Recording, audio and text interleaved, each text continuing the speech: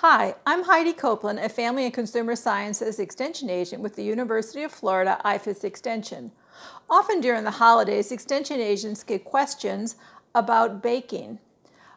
We get questions about ingredients, we get questions about baking temperatures and times, and we get questions about pans. I have a variety of pans I'd like to show you, and I'm sure if you start looking through your cabinets, you'll find a similar accumulation of 30 plus years of baking. The first I'm going to start with is called a Pullman. If I wanted to make double the recipe for banana bread, I usually would put it in a Pullman. A Pullman is a standard size pan that really equates to two bread pans. But we have to be cautious because bread pans are now a variety of sizes. This is a 10-inch bread pan. This is a 9-inch bread pan. This is a 6-inch bread pan. We have a 4-inch and then, we have a 5-inch and then we have some smaller ones for individual loaves.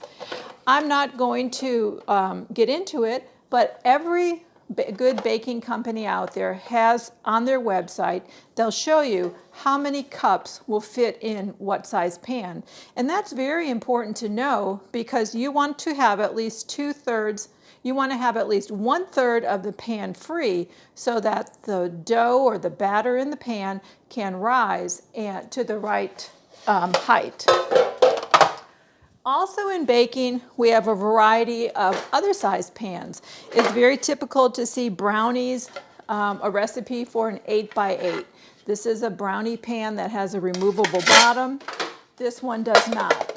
9x13 is also a very, very common size pan for baking cakes or casseroles, things like that. And then a jelly roll pan is 15x11, I believe. And that also can be a pan with very, very small sides. Also, this is a hotel pan, which is very helpful if I use it sometimes if I'm baking something like that will drip. I'll put this under there to catch the drips. Cookies are another story. Cookies are typically baked on what they call a cookie sheet. If you notice, this cookie sheets have no sides. Cookie sheets also come in a variety of different metals. My preference is aluminum. You can keep it very clean. The lighter color of aluminum makes the heat transfer better. But I do have to pay attention if I use a thicker sheet of aluminum. The cookies take a few minutes longer to bake because it takes longer for the cookie sheet to heat up than the very thin one. So again, oftentimes people think they can interchange a pan with sides for a cookie sheet. You can, but you have to also realize that your cookie will be softer because the air is not circulating around all sides of your pan. Other things that we have in our homes are specialty pans. This is a bundt pan.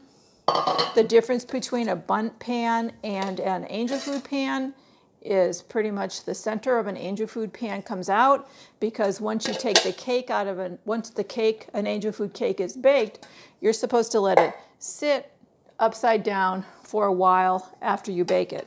But if you are baking a cake and it calls for a bundt pan, you can substitute the two different pans.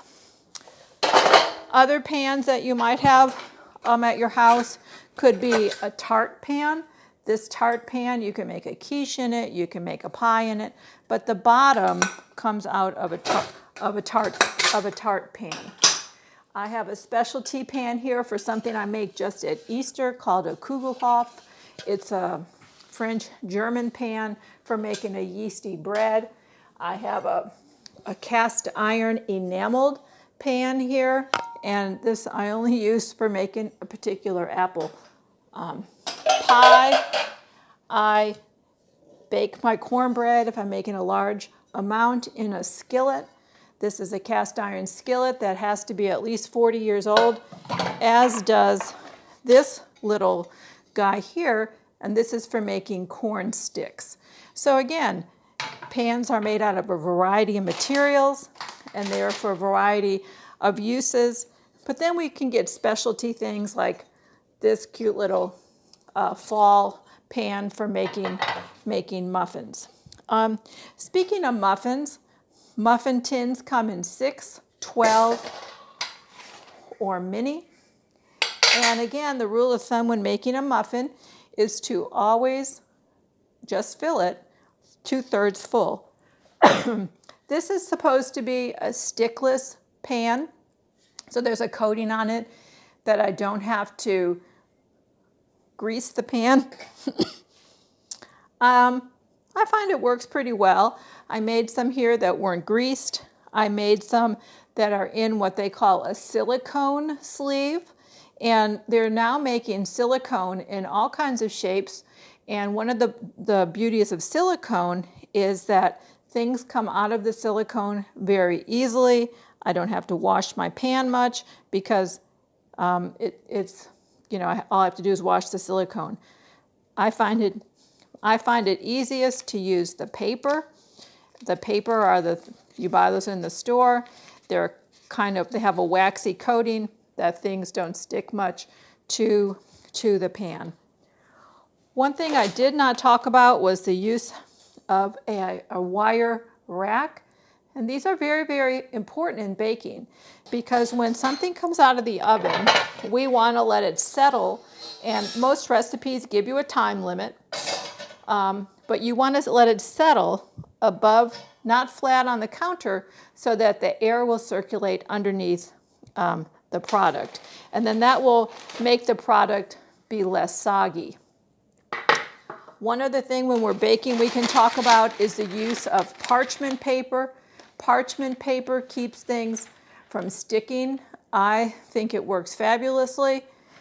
But there's also something out there called silicone pads. And these silicone pads, they work just as well as parchment paper. You wash them and use them again and again and again.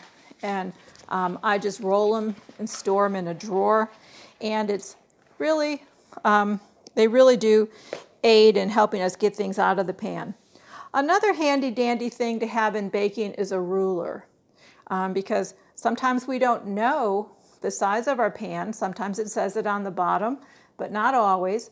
But a ruler is very, very helpful in knowing if your pan is 8 by 8 or 9 by 9 or how deep it is. So again, rule of thumb is to check a website and find out how many cups of batter that you can put into your pan, and then bake it according to the directions on your recipe. Thank you.